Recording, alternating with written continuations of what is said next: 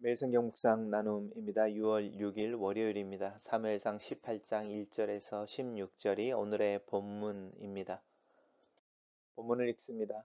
다윗이 사울에게 말하기를 마침에 요나단의 마음이 다윗의 마음과 하나가 되어 요나단이 그를 자기 생명같이 사랑하니라. 그날에 사울은 다윗을 머무르게 하고 자기 아버지의 집으로 다시 돌아가기를 허락하지 아니하였고 요나단은 다윗을 자기 생명같이 사랑하여 더불어 언약을 맺었으며 요나단이 자기가 입었던 겉옷을 벗어 다윗에게 주었고 자기의 군복과 칼과 활과 띠도 그리하였더라. 다윗은 사울이 보내는 곳마다 가서 지혜롭게 행하며 사울이 그를 군대의 장으로 삼았더니 온 백성이 합당하게 여겼고 사울의 신하들도 합당히 여겼더라. 무리가 돌아올 때 곧 다윗이 블레셋 사람을 죽이고 돌아올 때에 여인들이 이스라엘 모든 성읍에서 나와 노래하며 춤추며 소고와 경새를 가지고 왕 사울을 환영하는데 여인들이 뛰놀며 노래하여 이르되 사울이 죽인 자는 천천히요 다윗은 만만이로다 한지라. 사울이 그 말에 불쾌하여 심히 노하여 이르되 다윗에게는 만만을 돌리고 나에게는 천천만 돌리니 그가 더 얻을 것이 나라 말고 무엇이냐 하고 그날 이후로 사울이 다윗을 주목하였더라. 그 이튿날 하나님께서 부리시는 악령이 사울에게 힘있게 내림에 그가 집안에서 정신없이 떠들어대므로 다윗이 평일과 같이 손으로 수금을 타는데 그때에 사울의 손에 창이 있는지라. 그가 스스로 이르기를 내가 다윗을 벽에 박으리라 하고 사울이 그 창을 던졌으나 다윗이 그의 앞에서 2번 피하였더라. 여호와께서 사울을 떠나 다윗과 함께 계심으로 사울이 그를 두려워한지라.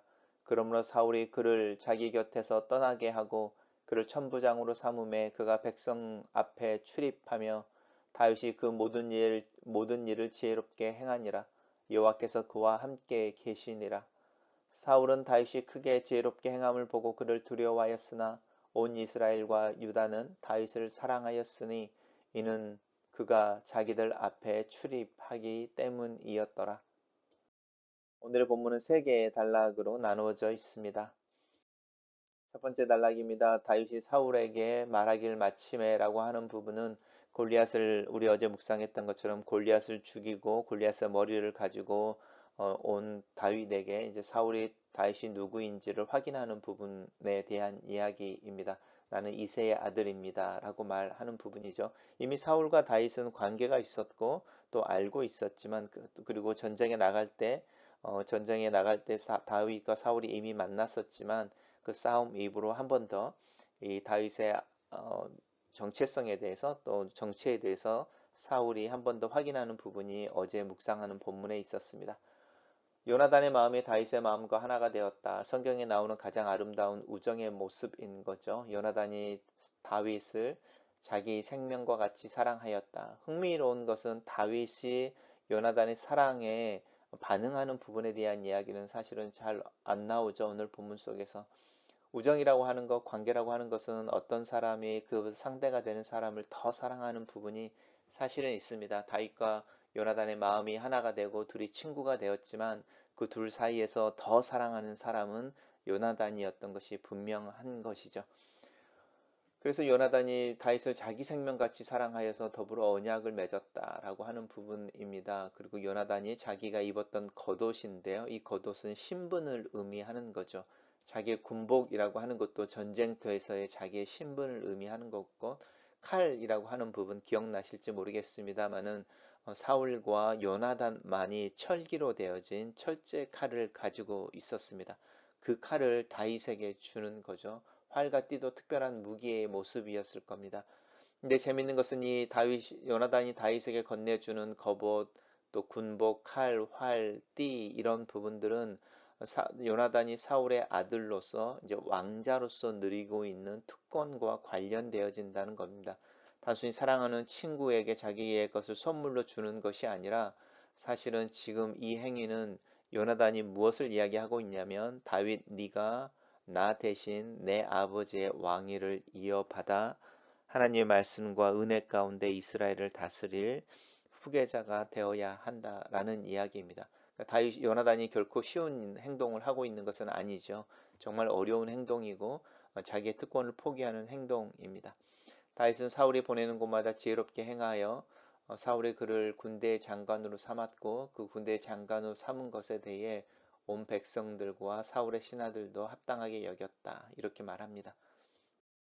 단락을 요약해 보겠습니다. 사울은 다윗을 자기와 함께 머무르게 하고 요나단과 다윗은 우정을 나누고 다윗은 군대의 장이 된다. 이렇게 요약했습니다.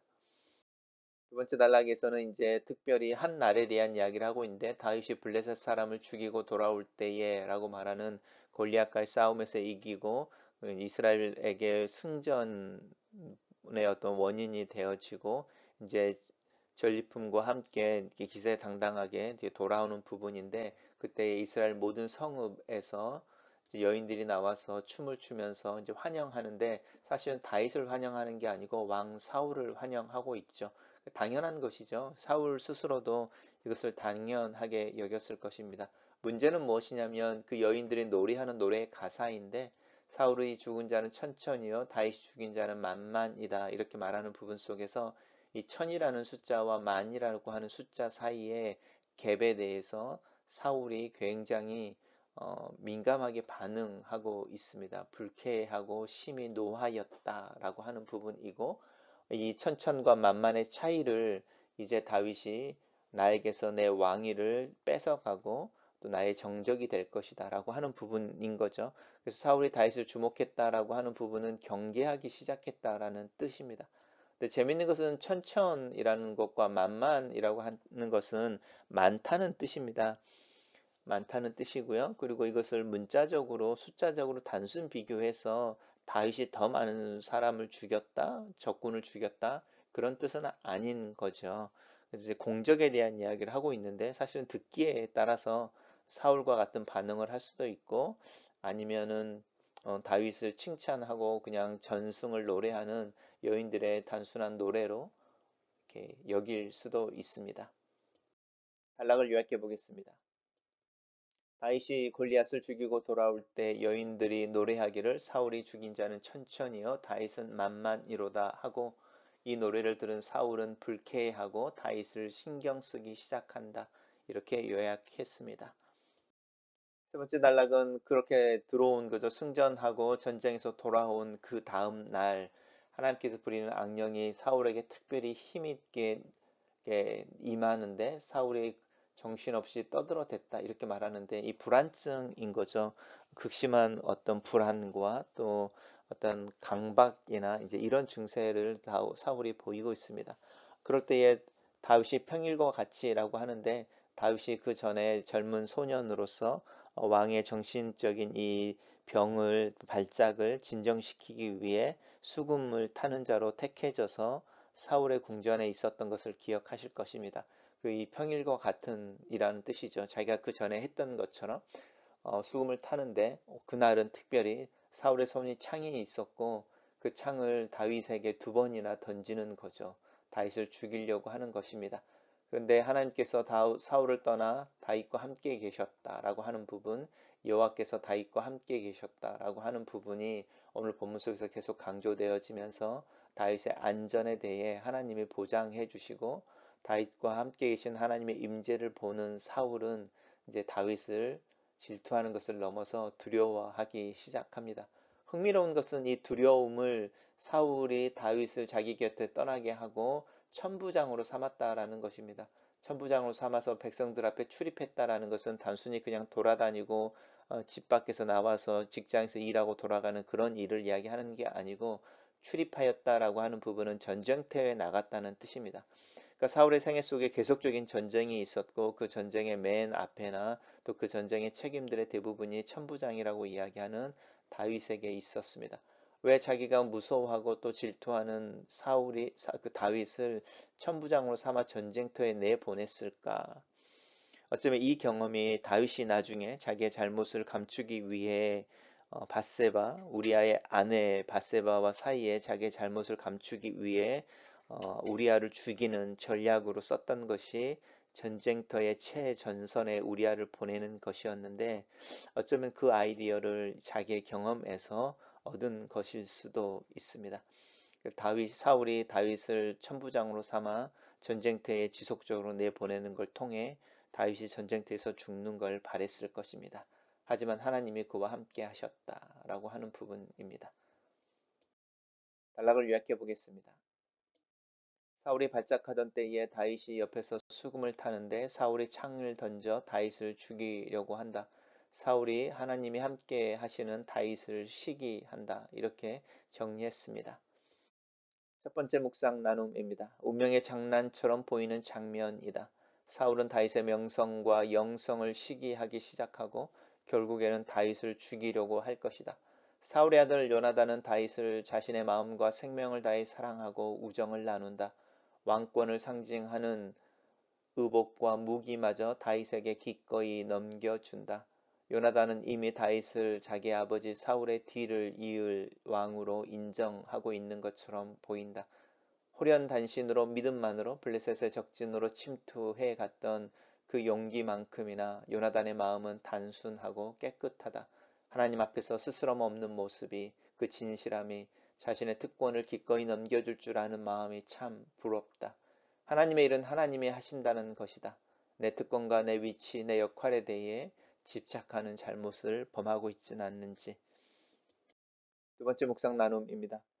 다윗의 명성이 사울을 넘기 시작한다. 사울은 이것을 시기한다. 이 시기심이 사울의 마음을 갈아먹는다. 하나님의 사랑의 질투는 자신을 향하여 등을 돌리는 자기 백성들을 향한 안타까움과 애탐의 마음의 표현이라면, 사울의 질투는 자신에 대한 집착이며 자신만이 차지해야 하는 특권들에 대한 애욕이라고 할 수 있다. 천천과 만만이라는 숫자가 표현이 꼭 숫자적인 비교만은 아닐 텐데, 사울과 다윗 다 하나님의 군대를 모욕했던 블레셋 사람들을 죽이고 그 전쟁의 승리의 주인공이라는 뜻이었을 텐데, 삐뚤어진 마음에는 이 세상과 이 세상의 것들이 삐뚤어 보이는 것은 아닐까 싶다.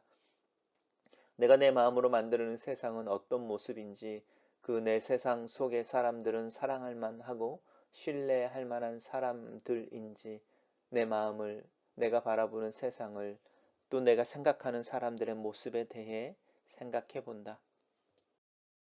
세 번째 묵상 나눔입니다. 사울의 발작을 본다. 어쩔 줄 몰라 혼자 정신없이 말을 뱉어내는 사울을 상상해 본다. 한때 하나님의 영에 사로잡혀 선지자들의 무리와 함께 방언을 하고 예언을 했던 경험이 있는 사울인데, 이제는 하나님의 임재를 상실해 버린 채, 그래서 자신의 욕심과 자기의 욕망의 지배를 받고 자신의 마음과 화를 통제하지 못해 자기 옆에서 수금을 연주하고 있는 다윗을 향해 창을 던지는 공격성을 보이는 사울에 대해 이기심이 다윗에 대한 두려움으로 넘어가는 그 두려움 속에서 어쩔 줄 몰라 하는 사울의 모습을 본다. 그 두려움을 숨기기 위해 사울을 중용하는 사울의 이중성이라니. 그런데 그렇게 전쟁터로 다윗을 내돌려 다윗의 전사의 소식을 기다리는 사울의 속마음, 그 무서운 마음을 본다. 혹시 이 마음이 나에게도 있진 않은지. 글로 쓰는 기도입니다. 살아계신 하나님, 내 마음을 하나님 앞에 내어놓습니다. 내 마음을 진리의 빛 아래 비춰 봅니다. 내 마음에 사울의 마음이 있진 않는지 두렵습니다. 요나단처럼 진솔하고 진실하며 우정과 진리의 삶을 살기를 기도합니다. 내 특권과 소유도 기꺼이 내어줄 수 있는 그 겸손한 마음을 위해 기도합니다. 누군가 옆에서 위로하고 하나님의 임재를 드러내고 함께 할 수 있는 다윗과 같은 유익한 삶이 되는 그런 삶을 위해 기도합니다. 내 마음을 지키시고 나를 사용하시옵소서. 예수님 이름으로 기도합니다. 아멘.